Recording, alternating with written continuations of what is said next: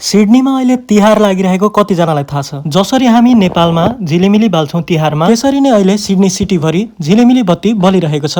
यो कुरा सुन्ने बित्तिकै म र मेरो भाइ लाग्यौं सिडनी सिटीतिर।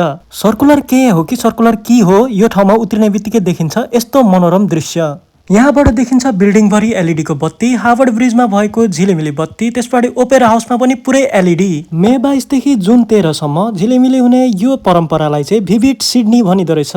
भिभिड सिडनी फेस्टिभल हेर्नको लागि हजारौं मान्छे आउँदा रहेछन्। सुरुमै वार्निङ दिइरहेको छु, यो भिडमा तपाईहरु हराउन पनि सक्नुहुन्छ, त्यसैले तपाईको फोन आफ्नो साथमा राखिराख्नु होला। यो चाहिँ भिभिड सिडनी क्रुज हो। यो चाहिँ बिल्डिङमा ठूलो एलईडी, हेर्दाखेरि लाग्छ बिल्डिङमा पुरै आगो लागिरहेको छ। सबै चीज आर्टिफिशियल मात्र हुँदैन, यहाँ चाहिँ जुन पनि लागिरहेको थियो, जुन चाहिँ एकदम नेचुरल थियो। झिलिमिली हेर्दा चाहिँ कता कता तिहार लागे जस्तो र कता कता चाहिँ म नेपालकै महोत्सवतिर छिरे जस्तो फिलिङ्स आइरहेको थियो। यो सबै भ्यूहरु इन्जोय गरेर घडी हेर्दाखेरि रातिको 10 बजिसकेको कारणले गर्दाखेरि हामी चाहिँ अब घर फर्किने निदो गर्यौं। तल चाहिँ भजन पनि भइरहेको थियो। Because of 2 minute I just missed it. View चाहिँ राम्रै छ है।